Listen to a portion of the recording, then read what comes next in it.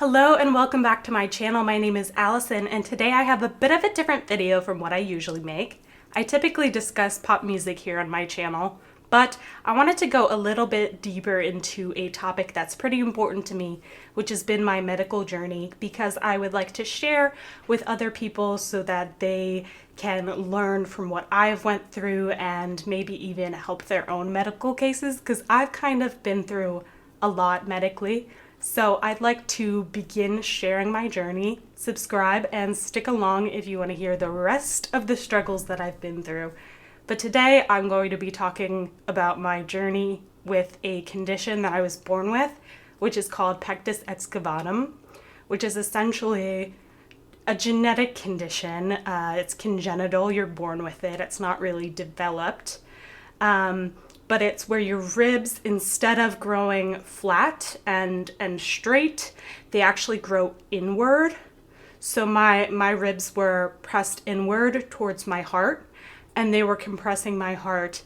And the surface area of my heart that could actually pump to make blood, I think my doctor said it was about half of what it should be. So my heart and my lungs were a little bit impaired. So the issue that I have here is actually I needed to get a major surgery to correct this condition, and doctors knew that I had this condition for years, and they essentially told me I didn't need the surgery that I did need. So this is my journey of learning that I had the condition of Pectus excavatum, being told that I didn't need surgery, having more and more symptoms and struggling to breathe, ultimately getting the surgery, and now I'm about a year post-op. So here's just a general summary of everything that I went through with my condition. So essentially, Pectus excavatum develops around puberty. It starts to become more pronounced that the ribs are growing inward. Most people are children when they have their condition treated. They'll get surgery as a child. If you read literature articles on Pectus excavatum, most of it is about children. And there's not a lot of research or literature written about the effects of Pectus excavatum in adults. And doctors, funnily enough, don't seem to know a lot about the condition. And I didn't really find somebody who actually understood the condition until I consulted with the surgeon. And the thoracic surgeon, the chest surgeon, the abdominal region surgeon was the first doctor who could actually explain to me the lack of understanding surrounding this condition. So let's start when I was around 15 or 16, and I first started noticing that I had some problems that are not typical. I always kind of felt like I was maybe more of a less athletic person because I would get exerted easily, I would get out of breath, and sometimes I would feel like I had to pass out, sometimes from moving, sometimes if I was kneeling and stood up. It was a variety of things that would make me lightheaded and kind of black out behind my eyes. Sometimes I would feel like I was going to fall over. There was only one or two times that I actually fell over. But it was very concerning and a big issue for me, so I ultimately saw a cardiologist when I was 16 or younger. So seeing a cardiologist as a teenager is not really typical. So if you see a teenager come into your cardiology practice, you would think that you would be a little bit more cautious. I don't know. Essentially, they gave me a EKG and an echocardiogram. They looked at my heart. They saw that there was one slight abnormality, but it wasn't something that they would want to do anything other than monitor, have me get another image in about 10 years, I think they said, to get it checked up again. The cardiologist also, when doing the exam, pointed out that my ribs were indented a little bit, but he said it was very minor. He named the condition, said it was Pectus excavatum, and said that it is only a cosmetic concern and that I would only consider surgery if I was really bothered by the way that it looked. Now, I wasn't bothered by the way that it looked. In fact, I don't think I even noticed it before I saw the cardiologist. And if anything, I was more concerned about what scars from a surgery would look like than just my normal rib indentation. So I didn't really consider surgery at that time. After my trip to the cardiologist, I kind of moved on with my life. I was told not to have any concerns about anything, so I didn't. I actually started experiencing some stomach issues, which I actually still experience to this day. And I will make an entire video about, maybe even a few videos about my stomach journey, because it's been a lot, and I know a lot of people have stomach journey issues. So I went to at the time, pediatric gastroenterologist, GI doctor for my stomach, because I was still about 16. And essentially the experience that I remember feeling first is I thought I was hungry. I would feel like hunger pains, but I wasn't actually hungry. And it was a very strange experience. It would make me like sick to my stomach, and it was very strange. And my condition progressed over time to be a combination of loss of appetite and nausea, pain, constant pain, and some other issues. So I saw this doctor, and this doctor also pointed out my condition of the Pectus Excavatum.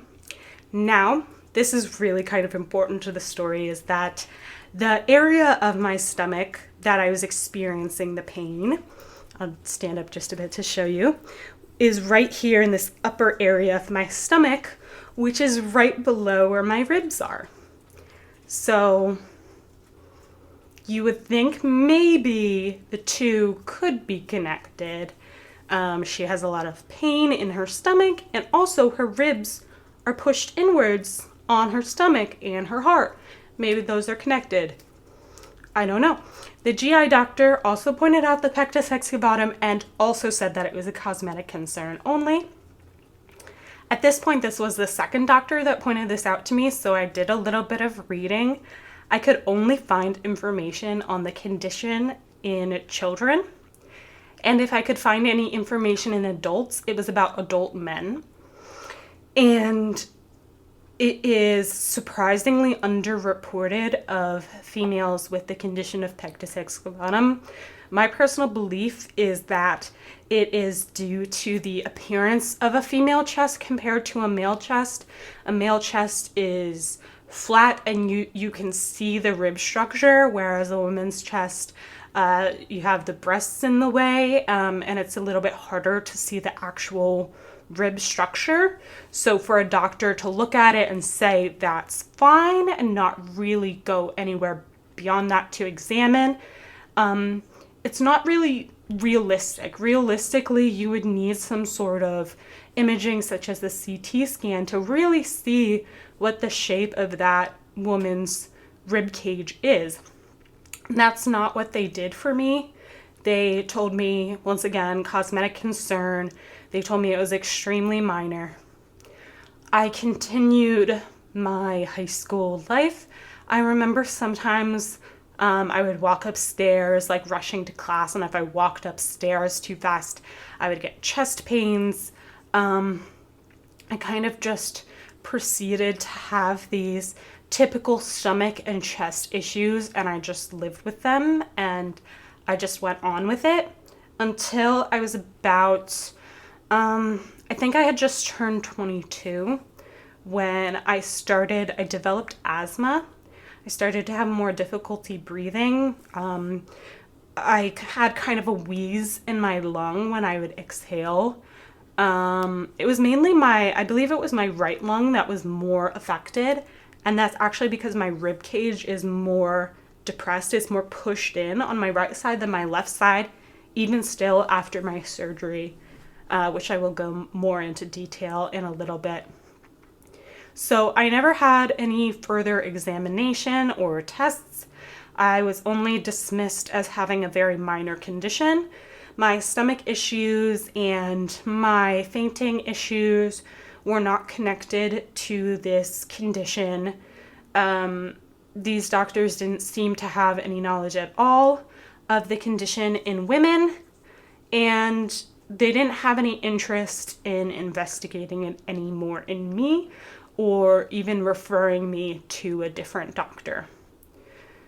So it was not until I was 22 and I was having these wheezing issues that I saw just a general, he wasn't even a doctor, he was actually a physician's assistant. I just made a regular appointment. And essentially what he had me do is I went for a lung capacity test. And I did fairly well on the lung capacity test. There was only, I think, maybe 2 areas where I lacked in lung capacity, but that was enough for me to qualify for getting a CT scan.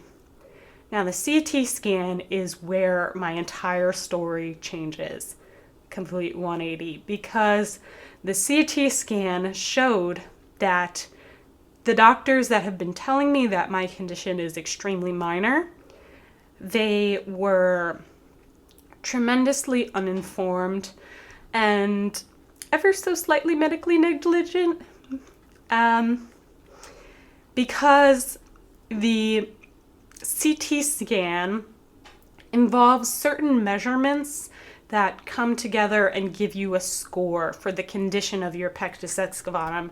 It's something about the relation of the measurement of the width of your rib cage to the depth and how deep your sternum, your breastbone, your chest bone goes in. And so ultimately my score was, I believe, a 4.7, and anything above a 4 is like very severe for pectus excavatum. So I was deeply into the severe range. So severe, in fact, that this physician assistant who sent out a referral for me to consult with a surgeon after this concerning CT scan result, I got an appointment almost immediately with the head surgeon of the University of Pennsylvania Penn Medicine thoracic surgery. I got an appointment almost immediately with like the head of surgery. That kind of to me was like, oh, so this whole thing has been serious. It's just nobody has been treating me like the pain and suffering and difficulties that my life has had. Nobody has been treating me like that serious until now, when there's an image in front of them that shows them just how serious it is. That's when they can acknowledge the seriousness of this. And the whole thing is upsetting to me just in how doctors dismiss especially young women's concerns. So I quickly got a consultation with the head of thoracic surgery at Penn Medicine, and during this consultation, it didn't really seem like we were discussing whether or not I would need surgery for my condition. It seemed like the surgeon was talking to me about the surgery that I was going to have. I had accepted and I wanted the surgery at this point. At this point, I think for years I had been thinking maybe I needed surgery. So I was on board with the surgery, but I was surprised to see how the surgeon was so clear that it was a necessity that I needed this surgery. It wasn't a matter of whether or not I'm going to have the surgery. It's like, when can I get my operation date scheduled? What's the recovery going to be like for me? Will I need 1 bar in my chest or 2? So that was my consultation, and they quickly got me on the schedule pretty much as soon as possible. My appointment was in like October for the consultation, and my operation date was at the end of December. The surgery that I was to have is called the Nuss procedure, which is a more minimally invasive procedure than previous pectus excavatum procedures, but it involves cutting in the sides of the ribs here and sliding a bar between the muscles of the chest and underneath the bone. So it essentially just pops the rib cage out. So here's my rib cage like this, and the bar goes in and just pops it right out. And it stays in there for 3 years, and kind of like braces, and then it comes out. So I've had my chest braces in for about a year now. I have 2 more years before they come out, and honestly, I can't wait because I will talk to you in a little bit about after the surgery and how that's been. But before the surgery, I had to do some tests and assessments, including another lung capacity test, EKG, some blood tests, as well as a nickel allergy test because the bars that were put in me are nickel, and if I had just gotten bars in me that I was allergic to, that would have been very bad. But I wasn't allergic to nickel, so it was all good. My surgery went well. I ultimately did need 2 bars put inside of me, and then I stayed in the hospital for 6 days. I vomited a lot my first few days, which could be typical. I've begun to realize that's just typical for me. My body's response to nearly any stress is a lot of vomiting. I've honestly had a lot of issues with that, so I don't know how typical that is for a Nuss procedure surgery patient, but I do know that the anesthesia and other medications that they give you, essentially what happened with me is it slows down your bodily system and you get kind of like everything gets stuck in your stomach and isn't really moving through your digestive system. Honestly, they did like an x-ray and I was kind of constipated, which makes sense because of the anesthesia and all of that. So things weren't moving through me, so they were just coming up through my mouth. Anything that I would eat would come up. That passed after the first few days. I was on a lot of medication. For the first few days, I had an epidural in my spine with a little button that I could push when I was feeling pain, and it would give me more medication. I believe I had fentanyl, which is really something else, but you gotta understand this was an incredibly major surgery of my chest cavity. I struggled to sit up or move for honestly months. I had a lot of pain medication, including pills and injections. Nurses would wake me up in the middle of the night, give me pills. There were some injections that I had to have in kind of like a fatty part of me, which I don't have much fat in my stomach. So they said, we could do your stomach or your thigh, and I said thigh. So ultimately I had bruises from all of these shots in my thighs, like up and down my thighs. I still can remember like just seeing my legs covered in those bruises. So the epidural in my spine came out after a couple days, and pretty soon, maybe even just a day and a half. Pretty soon the chest drainage tubes that were in me also came out.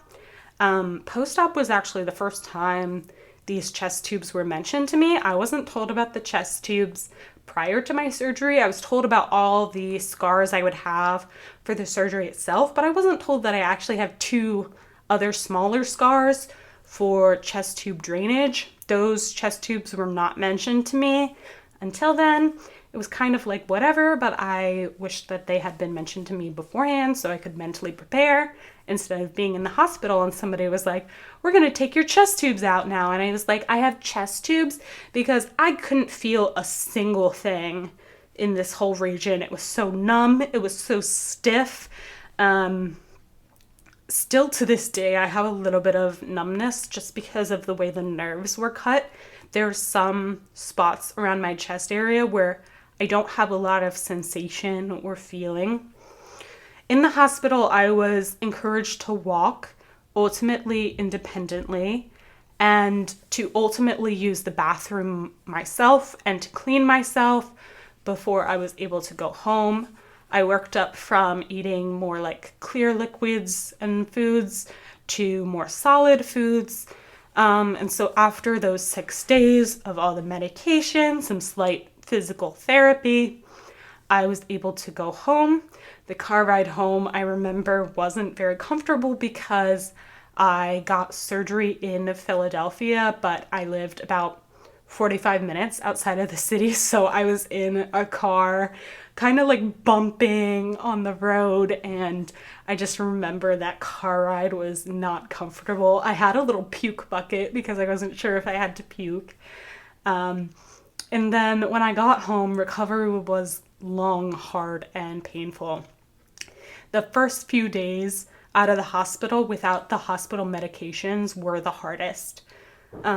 For maybe 2 weeks, I had a physical therapist and a home nurse come and check on me. The home nurse would look at my incisions and make sure they're healing nicely. And the physical therapist would make sure that I'm walking and able to sit and lay down and stand and do all of these things myself. I did have a lot of issues with sitting up, like I said, for months. I recovered at my parents' house, and my parents luckily had a bed that was able to like raise the seat back up a little bit, and they were very kind and let me use their bed for a little bit when I was recovering, because I had that issue getting in and out of bed. So being able to put the bed up in a seated position so that I could just kind of slide into the seated position and then lower myself down to being laying back, that was very helpful. And it also helped me to get up out of bed. For the first maybe even like 2 or 3 weeks, I actually needed help getting out of bed to go to the bathroom and stuff. My mom put a baby monitor in the room that I was sleeping in and had the other one in her room so that I could call for her if I needed help getting out of bed. Anyone who goes through this surgery, I highly recommend having somebody help you for probably at least 2 weeks. You're gonna have a hard time moving around. So I do remember there were some times where I was getting up in the middle of the night and I had to go to the bathroom, and I was just in such pain because maybe my medications that I had took before bed were wearing off, and I was just crying out. I was like, I don't want to do the surgery anymore. I want to undo the surgery, but the surgery was done. There was no undoing it. I just wanted the pain to go away, and I knew the surgery was a good thing for me, but it was very difficult. So where I actually have scars, I have one in the middle because my sternum, my breastbone was a little bit twisted, and the surgeon had to kind of like cut some things and like twist it from being like at an angle to being more flat. And then I have 2 scars on each side for each of the 2 bars. And then I have my chest tube scars are like here and here. So I have stabilizers on the side that hold the bars. And on this side, the skin tore at my stabilizer. If you're a bit of a thinner person, your skin isn't going to be ready to stretch to the bar and to accommodate the stabilizer, and that is what happened to me. The skin wasn't able to stretch fast enough, and it ripped, and I had a massive gash, probably about that big, like actually just like open wound. And it's not that the surgeon didn't like try to close it up, it's that it ripped open because my skin wasn't ready to stretch. So keep that in mind. If you're a little bit thinner, you might be dealing with that, and honestly that's kind of unavoidable. But that only happened to one of my scars. The other scars are about 1 to 2 centimeters thick, maybe a couple inches long. They're not horrible. They are very noticeable. But I use this oil called bio oil on it, which is supposed to minimize the scar results. Again, I'm over a year post-op, and I still use that every couple days on my scars to try to minimize them. They are quite visible still, actually. During this recovery, I had to build up my chest muscles. To do this, I had to do some breathing exercises, hold my breath, push my chest out. I had to build back up my chest muscles, and I actually noticed recently that I think the left side of my pectoral chest muscles recovered better than my right side. And I don't know if that was maybe my starting point, that my left side was stronger and more built up than my right side. That is a condition that's commonly associated with Pectus excavatum, that one of your pectoral muscles is weaker than the other. So actually to this day, I really just noticed that the right side of my pectoral chest muscles are not as strong as the right, so I'm trying to work out those more. But also I mentioned that my ribs there's more space on my left side than my right side. The right side ribs are still pressed in more. They're not as pushed out, so there's less chest space on the right side. I forgot to mention before that my condition, my pressed in ribs, had made my heart shift to the left. Right after my surgery, the x-ray showed that my heart shifted back to pretty much the middle where it's supposed to be. Everything looked nice and good. My doctor said the condition was pretty much healed right away. Again, the bones need to harden in position, which is why it takes 3 years. It is ideal for this surgery to be done on a young child, like 10 to 17 is probably like the ideal age. It's usually done around puberty. And if my doctors, my first 2 doctors that I saw when I was 16, if they had taken me a little bit more seriously, I probably would have had the surgery at a more appropriate developmental time. And I was told as an adult, it does hurt more because your bones are more solidified.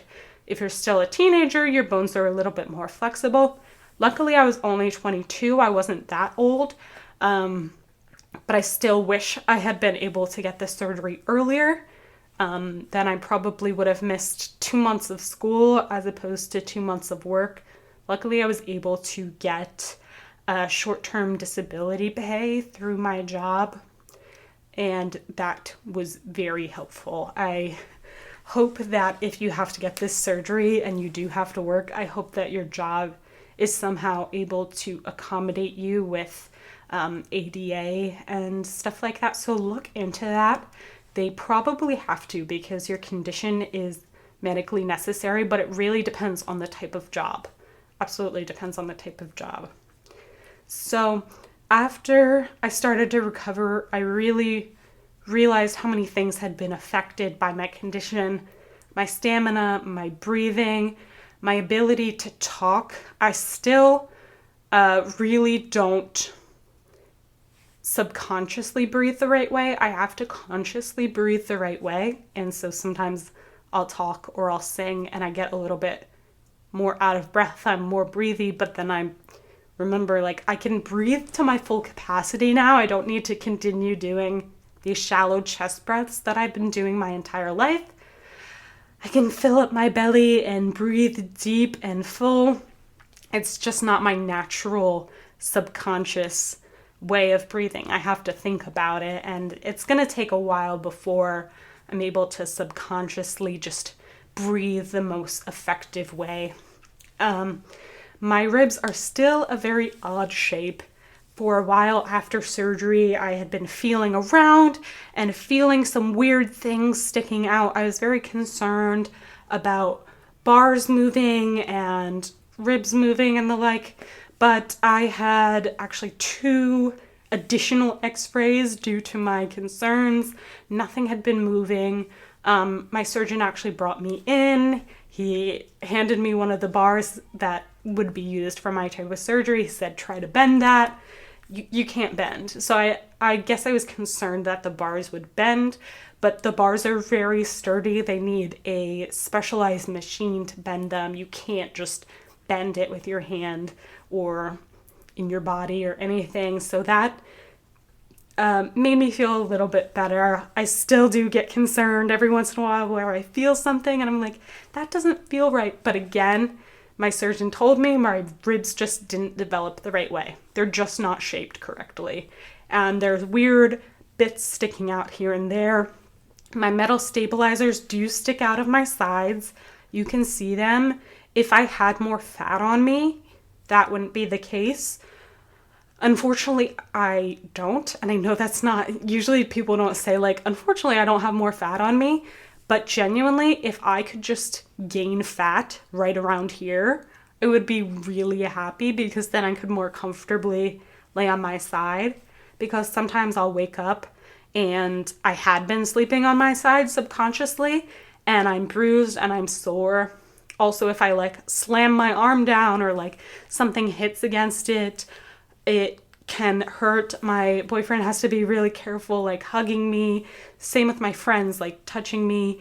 You got to be really careful with me because it's really easy for me to get hurt. If something hits the metal stabilizer, it'll just pinch my skin in a way that's just really uncomfortable. To pinch the skin from the inside, it is really not comfortable at all. So if I had a bit more cushioning, it would be good, but I don't. And honestly, sometimes I do just wish I could just gain some fat right around there just to protect it a little bit, because it makes me really anxious. And I'm probably going to be really anxious about my sides until I have the bars taken out. So I will get those bars taken out in December 2024. And that Nuss bar removal procedure is outpatient, so I won't have to stay in the hospital. My surgeon pretty much says, like, you can get your bars taken out on a Friday and go back to work on a Monday. I wouldn't do that. I would take at least a week, considering I took 2 months out of work to get the bars in. I'm not going back to work like the next day of getting that bar out. But that's a bridge we'll cross when we get to it. So that was my journey with my Pectus Excavatum. There's a few more medical things that I can talk about. Since I had my bars put in, I also had my gallbladder removed, and I still continue with stomach issues, so I would really like to make a whole video about my struggle with stomach issues, so please subscribe and follow along. I'll be making that video. I really want to help people, especially young women like me who aren't, not necessarily that we're not believed by our doctors, but our doctors don't necessarily understand our bodies, especially if they're male doctors. They don't understand how a female body works. And if a doctor has a specialty in one field, they might not know so much about a condition that a different specialty doctor would focus on. So if you're concerned and a doctor of one specialty tells you not to worry, maybe consider seeing doctors of a few more specialties, and ask your doctors for a referral to anyone who might be able to investigate it more. If that doctor you're talking to themselves doesn't want to help you, say, fine, can you give me a referral to somebody else who is a specialist that I can talk to about my concerns? That's what I would say. So that is the general gist of my surgery. I hope if you are getting this Nuss procedure, you learned something out of this video. I'm willing to answer questions in the comments, and if I have to make another follow-up video about answering some more of those questions, I'm sure there's more details that I could talk about my condition and my surgery, but I just wanted to give a general overview of my history with the Pectus Excavatum condition and with the Nuss procedure surgery. So that is all for me for today. I will be making future videos related to my stomach issues, maybe another video related to the Pectus Excavatum. Also, I typically make videos related to pop music, so if you like music reactions or reviews, hear me talk about things, please subscribe, like this video, follow along, leave comments with your questions. I am happy to answer, especially if you're going through this same thing. I don't want anyone to have to struggle alone. So thank you so much for watching. Don't forget to like this video if it was helpful for you or you found it interesting, and subscribe to my channel, and I'll see you next time. Bye!